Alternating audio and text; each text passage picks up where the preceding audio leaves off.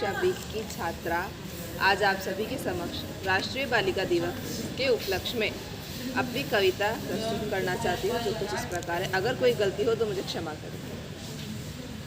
अक्सर हम देखते हैं कि जब घर में बेटा पैदा होता है तो सबके मन में बहुत खुश हो जाते हैं कि हाँ, हमारे बेटा हुआ है, हमारे ख़ानदान का वारिस आ गया।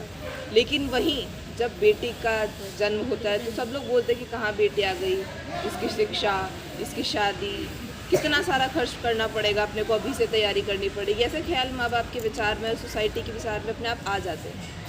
तो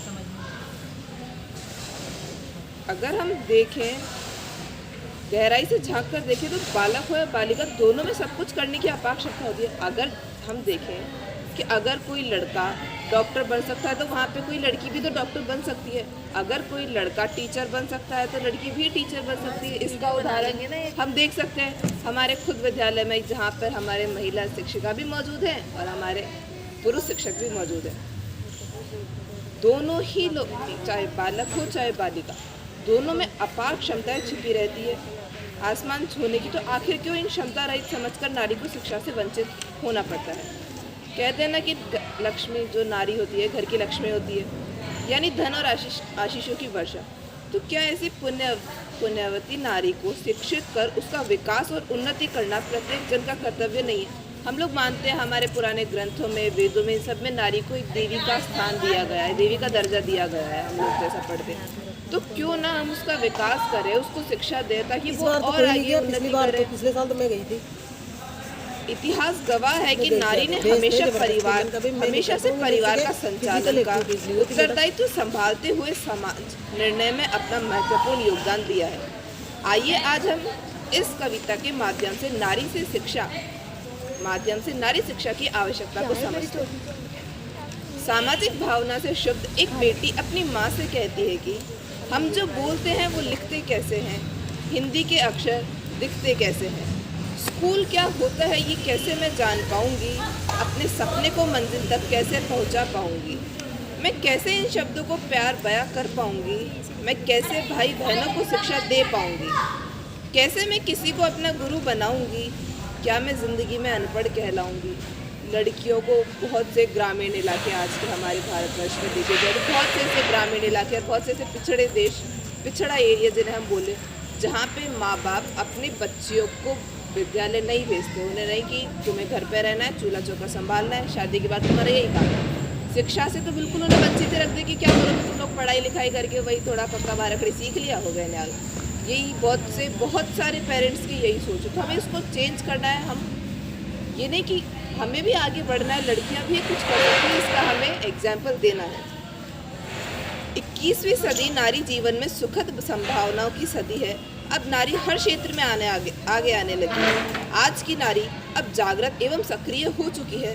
तभी तो शिक्षा के प्रति जागृत माँ उसे समझाती है कि मंजिल उसी को मिलती है जिसके सपनों में जान होती है। मंजिल उसी को मिलती है जिसके सपनों में जान होती है। पंखों से कुछ नहीं होता, हौसलों से उड़ान होती है। बहुत बढ़िया।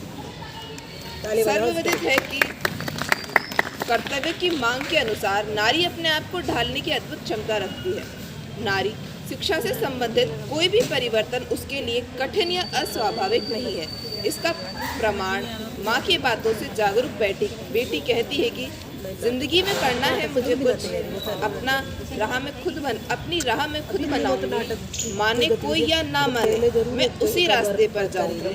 किसी के सहारे की जरूरत नहीं है मुझे, मैं खुद ही गुरु हूँ और खुद ही गुरु बनाऊंगी। इसी पर हमारे हिंदी साहित्य के एक कवि हैं जिन्होंने नारी शिक्षा पर एक कविता लिखी है, मैं उसका वाचन करना चाहूँगी। आज की बिटिया कल की नारी है, वही इंदिरा, दुर्गा, लक्ष्मी, किरण, अन्नपूर्णा और जग कल्याणी है। इनकी अपनी अलग कहानी है। बिटिया के जन्म का उत्सव मनाओ, पढ़ा लिखा कर उसे काबिल बनाओ। बेटा बिटिया में भेदभाव करना सरासर अन्याय है। इसी भेदभाव के कारण तो आज इनका घटता अनुपात है। उनमें से तो कुछ चढ़ा दी जाती हैं दहेज की बलि, कुछ कुपोषण के कारण खिलने से पूर्व ही मुरझा जाती हैं, कुछ होती जा रही है दुराचारों और शोषण की शिकार। यदि ऐसे ही घटता रहा इनका अनुपात तो घर परिवार और देश चलाएगा कौन? सोचो जरा, सब तरफ बढ़ेगा अत्याचार और बलात्कार। जैसे एक पहिए से गाड़ी नहीं चल पाएगी, वैसे ही नारी के बिना क्या दुनिया चल पाएगी?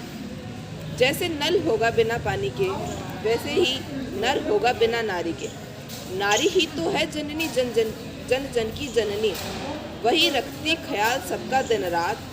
नारी ही तो चलाती है घर, समाज, देश और संसार।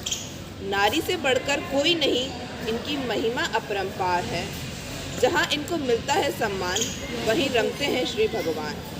हर जन, समाज और सरकार से है विनती हमारी, लड़कियों को सबल बनाए और इन्हें दे सुविधाएं सारी। पढ़ी लिखी बालिका पर ही टिकी है परिवार, समाज और देश की उम्मीदें सारी। घर घर में होता है दुर्गा, लक्ष्मी और सरस्वती का अवतार। यह कथा नहीं, सच्चाई है, इसे स्वीकारने से मत करे इनकार। इस धरती को स्वर्ग बनाओ, बिटिया को संवारो, पढ़ाओ और सबल बनाओ। बिटिया के जन्म का उत्सव मनाओ, पढ़ा लिखा कर उसे काबिल बनाओ। यह कविता राम प्यारे सिंह जी टीजीटी संस्कृत की है, जिनकी मैंने अभी वाचन करी। ये मैंने कहानी बताई कि लड़कियों को दुर्गा का अवतार माना जाता है, लक्ष्मी का अवतार माना जाता है, उनकी पूजा करनी चाहिए। इसी का साक्ष्य हमारे जो वेद हैं उनमें भी दिया हुआ है। हमारे वेद हैं 4, उसमें से एक वेद है अथर्ववेद। उसका एक श्लोक है, यत्र नार्यस्तु पूज्यन्ते रमयन्ते तत्र देवता, यत्रे यत्रे तास्तु न पूज्यन्ते सर्वास्त्र फला क्रिया। अर्थात जिस कुल में नारियों की पूजा होती है, उस कुल में दिव्य गुण, दिव्य भोग व उत्तम संतान होते हैं। व जिस कुल में स्त्रियों की पूजा नहीं होती, वह सब क्रिया निष्फल है। धन्यवाद। एक बार फिर आप सभी को राष्ट्रीय बालिका दिवस की हार्दिक शुभकामनाएं।